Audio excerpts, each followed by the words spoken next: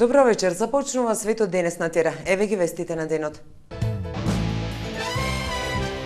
Полицијата фати 7 пијани малолетници. Бизнис стартап центарот не е затворен, туку се реорганизира.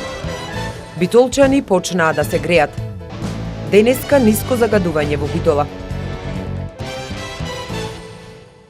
Регулаторната комисија за енергетика ги објави новите цени на нафтените деривати кои ќе важат од ноќеска на полноќ па во следните 2 недели. Според одлуката на регулаторите направена врз основа на пресметката на цената на нафтата на светскиот пазар и курсот на доларот, во следните 2 недели цените на бензините остануваат на исто ниво.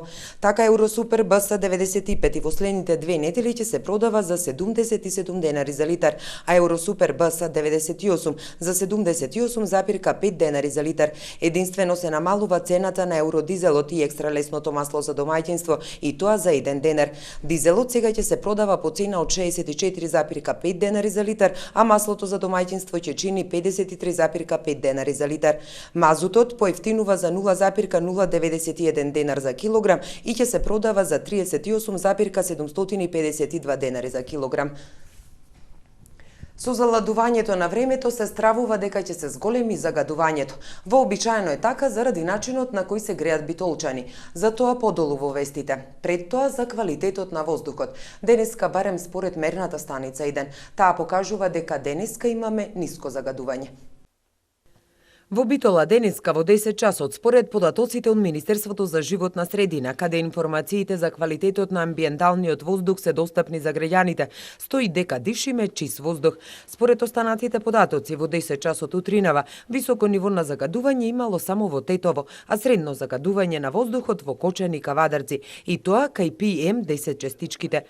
Битола 1 и Битола 2 се двете мерни станици во градот, каде оваа страна покажува дека Битола 2 се уште не е во функција, додека Битола 1 мери само јаглерод моноксид, PM10 и сулфур диоксид кои денеска покажуваат ниско ниво на загадување на воздухот. Ова се податоци за измерените концентрации на 6 загадувачки супстанции од 17 мониторинг места кои се прибираат на секој час. Воедно овој портал обезбедува информации за јавноста во реално време за надминувањата на граничните вредности за квалитетот на воздухот. Таму е покажано дека Битола 1 последно надминување измерила на 3 октомври, кога дури за 99 била поголема загаденоста од дозволените 35. Она што подолго време е предмет на јавна критика е зошто мерните станици во Битола не мерат концентрации на 6 наведени супстанции и зошто Битола 2 се уште не е во функција. Сега за грејната сезона. Официјално стартува за 10 дена, а секој во зависност од тоа дали е зиморлив или не, почнаа да се грее или не. Дрвата се најчеста варијанта за греење. Потврда за тоа се и доставите на огревно дрво, дури и во недела и во вечерните часови. Оливера Михајловска. Денеска времето во цела земја е облачно и студено со максимални дневни температури од 14 до 17 целзиусови степени, од 11 до 14 во Битола. Битолчани 10 дена пред почетокот на грејната сезона веќе бараат алтернатива за затоплување на домовите. Денешниот студ ги натера да ги пуштат печките климите, некоја греалка дури и печките на дрва. Немаме почнато. Да. Да, секако. Почнав. Ладно е, значи? Не е ладно, многу уште се издржува. Изборот на грејње зависи од условите. Дрво. Имате ли други алтернативи? Не, само тоа е. Само ние јас сум на парно. Немаме парно, во Грозов живееме, имаме свој стан, али парното, пошто многу скапо беше, 2 години е откажано, нема никакво грејње и не знае кој како ќе се грее. На електрична енергија се грееме се уште. Со електрична струја и клима. Со парно. Нашиот крај најчесто го избира дрвото како огрев за време на студ и годинава. Буката достигна цена од 2134 денари за метар кубен, а дабот 2450. Била дека така им е поевтино, додека оние кои се греат на струја плаќаат повисоки сметки, но немале можност да се греат поинаку. Како да се подобри квалитетот на воздухот беше анкетното прашање за изминатата недела на нашиот портал. Еве ги вашите одговори. Со строги еколошки мерки се изјаснија 53% и 28% за повисоки казни за загадувачите, редуцирање на сообраќајот во центарот на градот 14% и 5% за поголемо користење на јавниот превоз. На Тера.мк е новото анкетно прашање, посетете го. Во врска со оваа анкета, наш гледач ни напиша дека единственото решение е централно грејење поврзано со рек Битола, затоа што најголемото загадување е за време на грејната сезона, а грејењето во Битола во најголем процент е на дрва и на мазут. Толку за грејењето и воздухот. Еве што друго ќе гледате во продолжение на вестите. Продолжува соработката на новаци со Алмобија. И за други теми покусата пауза, останете со нас. Телевизијата која е на страната на гледачите, од сега и на вашите паметни телефони.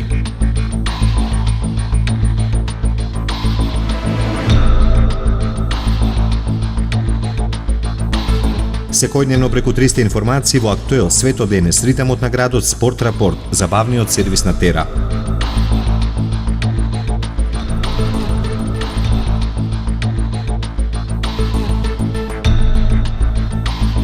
Читајте и гледајте Тера на мобилен. Полицијата прекинала забава на малолетниците. Од повеќето кои биле затекнати во објектот, дури 7 малолетни биле пијани. Овде работа имале и лекарите од клиниката во Битола. Оливера Михајловска. Викендов обезбедувањето на клиничка пријавило в полиција дека е примен алкохолизиран малолетник, пошто битолската полиција излегла на терен, односно во објект во центарот на Битола. Руинираната куќа во стара битолска архитектура пред влезот на хотелот Епинал наспроти Центарот за култура околу 1 часот после полноќ фатила 7 пијани малолетници кои славеле роден ден.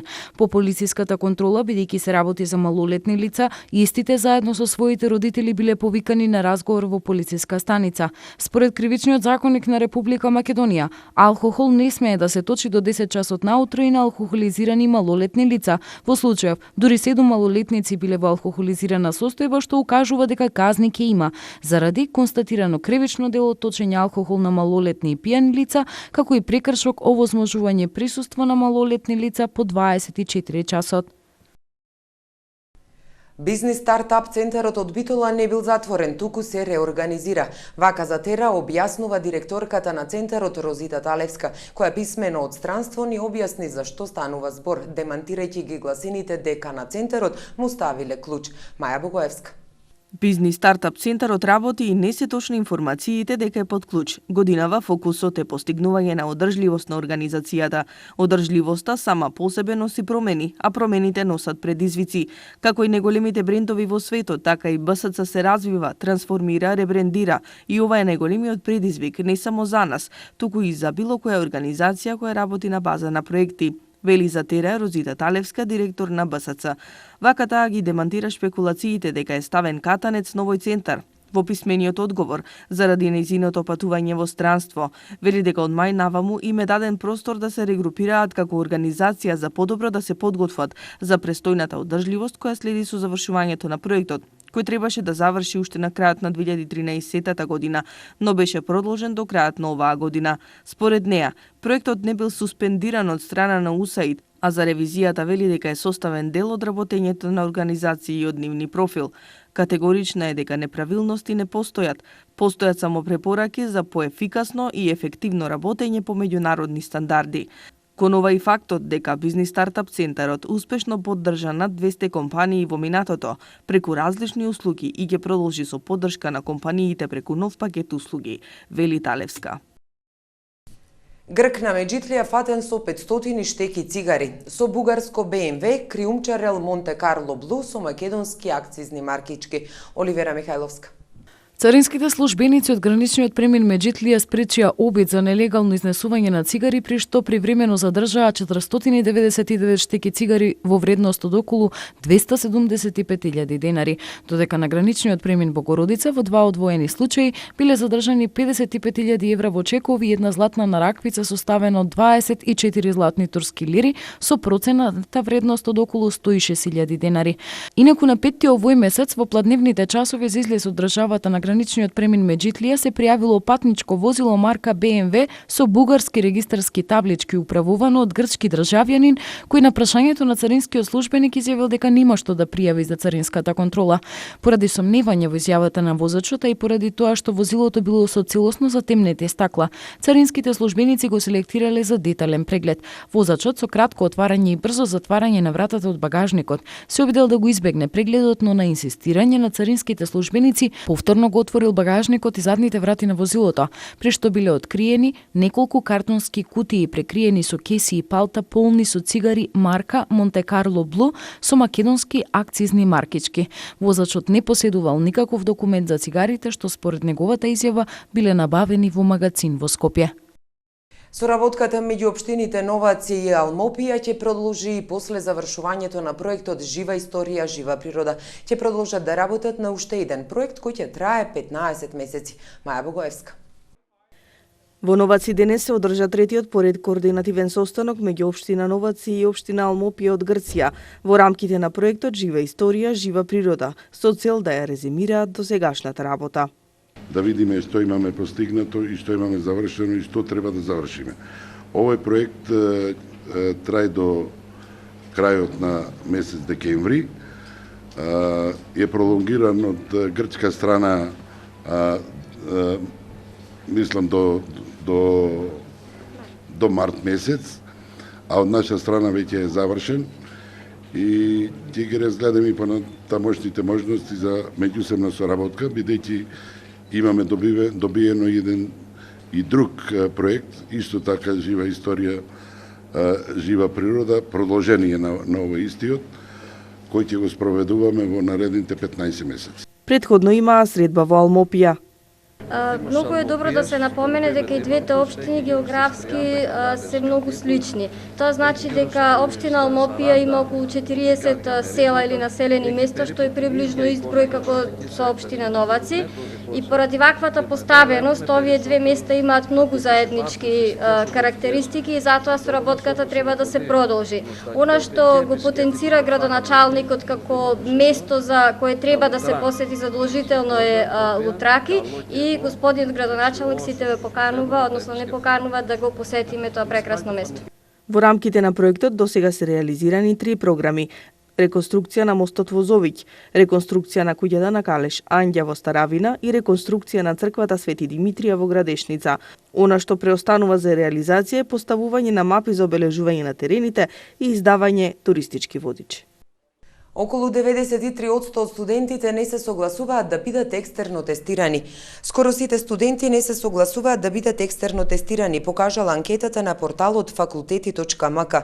Од вкупно 3703, само 277 или 7% од читателите одговориле дека полагањето државен испит во текот на студиите е праведно, додека останатите 3426 или 93% се против ова и не го прифаќаат.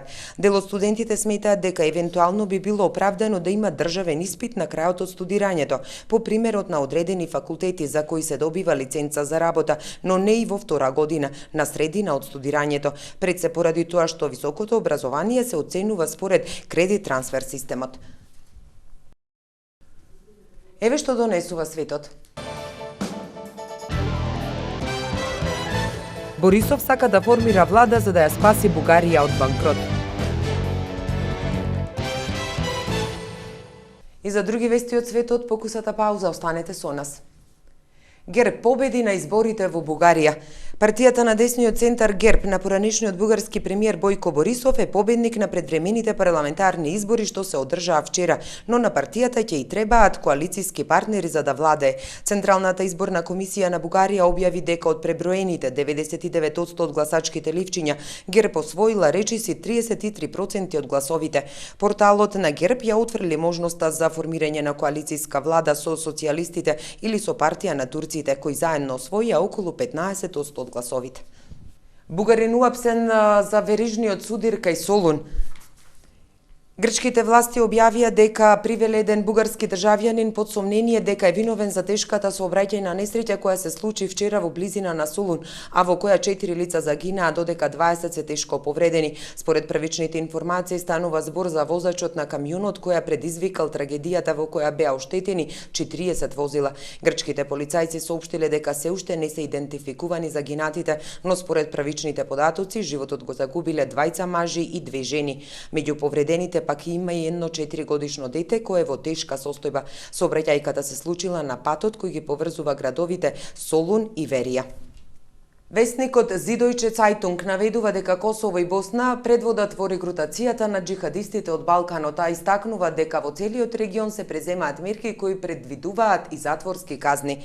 Германскиот весник пишува дека како и во другите сиромашни балкански земји со висока стапка на невработеност и на Косово расте влијанието на радикалните сили и дека според процената на Косовската безбедносна служба и американската ЦИА во војните на Блискиот Исток има 150 луѓе од Косово. Весникот пишува и дека покрај косовците има и најмалку 140 лица од Албанија, 30 од Црнагора и 20 од Македонија. Балканот покрај западните земји со голем број муслимански малцинства како Франција, Белгија и Англија, страна од една од главните области за регрутирање на борци за исламската држава и други терористички групи во Европа, пишува весникот, истакнувајќи ја како пример Босна во која живеат 40% муслимани. Протестот во Париз против француската семејна политика собра 70.000 лица. Под мотото «Манифестација за сите» во Париз собраа 70.000 лица кои протестираа против владината семејна политика во делот за вештачкото оплодување, иако организаторите изброија дури 500.000. Целта манифестацијата се досега беше да се заштити семејството, додека сега таа е насочена против вештачкото оплодување или носењето деца од трети мајки, за хомосексуалните двојки или пак за воспитувањето и наставата на теоријата на редовите во училиштата. Францускиот премиер Мануел Валс неодамна најави дека носењето деца од трети мајки ќе биде забрането во Франција, но Франција не ја оспори во предвидениот рок пресудата на Европскиот суд на човекови права, која во јуни ја принуди земјата да ги признае за законски децата на посвојувачите, децата родени во странство од изнајмена мајка носител. Градењето на кула од луѓе или кастели е стара каталонска традиција која влече корени уште пред 200 години и повеќе, а тоа најдобро се демонстрира на Тарагона надпреварот во кули од луѓе, кој се одржува секоја втора година. Во надпреварот кој се одржа минатиот месец учествуваа најдобрите тимови од земјата, повеќе од 6000 луѓе. Секоја кастела ја гради тим од 75 до 500 членови на сите возрасти, без разлика на полот, религијата, расата или социјалниот статус. Со ова се уриваат и социолошките разлики меѓу луѓето и потикнуваат дружење. По логика, послабите и помлади членови се наоѓаат на врвот, додека тешкашите ја сочинуваат основата на кулата, а за да биде поинтересно, додека се крева кулата, музика го следи целиот процес. Најмалку 2 лица загинаа, а 5 мина се водат како исчезнати откако моќниот тајфун Фаунфон денеска зафати големи делови на Јапонија, вклучувајќи го и Токио. Тајфунот Фаунфон мина преку градот Хамамацу во централниот дел на Јапонија, соопшти Националната метеоролошка служба. Околу 2,7 милиони лица беа посоветувани да се евакуираат од своите домови, но повеќето предупредувања во меѓувреме беа повлечени, посечи агенцијата Кјодо. Уште се во сила предупредувањата за свлечишта од кал, што се формираа од надојдените реки и силните ветрови во некои делови на земјата, посочи метеоролошката служба. Јавното предпријатие Стрежево објави повик за прибирање понуди за заинтересирани за збогатување на зимско-спортските содржини на ски терените на Нижеполе. Индикативни активности кои би биле дел од предлог програмата на заинтересираните субјекти треба да вклучат не помалку од ски школа за деца и возрастни, ски атракции, сноубординг, нордиско скијање и слично. Горе наведените активности се само индикативни и можат да бидат дополнителни со сопствени предлози од страна на заинтересираните субјекти. Ваквиот повик за пројавување интерес не е законска обврска на јавното предпријатие Стрежево, но цениме дека на овој начин се збогатуваат принципите на на позитивно деловно работење и се зголемува транспарентноста на работењето на јавните институции. Тоест им се дава можност на што поголем број ентузијастички лиценцирани професионални тренери, здруженија или друштва за зимски спортови да аплицираат со нивни програми кои ќе бидат евалвирани од страна на комисија формирана за овој повик. Краен рок за поднесување на пријавите 15 октомври оваа година. А сега за времето во наредните денови.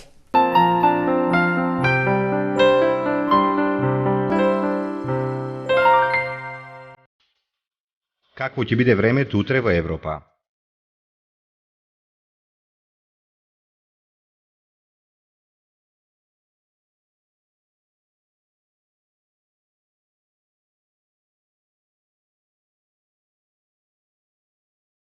За времето утре на Балканот.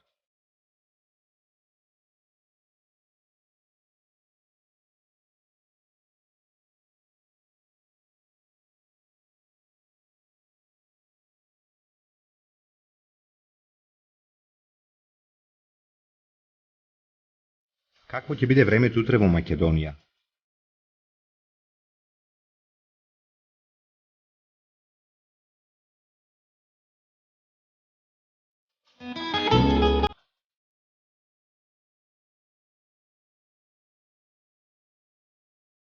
Следува временската прогноза за времето утре во регионот.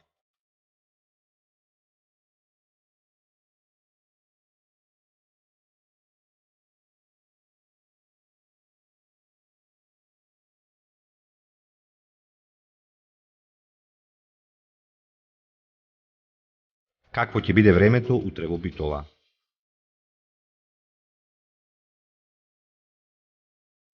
Следува временската прогноза за следните денови во Битола. Какво ќе биде утре времето во Ресен? Следува временската прогноза за следните денови во Ресен. Евеа прогнозата за времето утре во Прилеп. Какво ќе биде времето во наредните денови во Прилеп? Какво ќе биде времето утре во Тичево? Следува временската прогноза за следните денови во Тичево.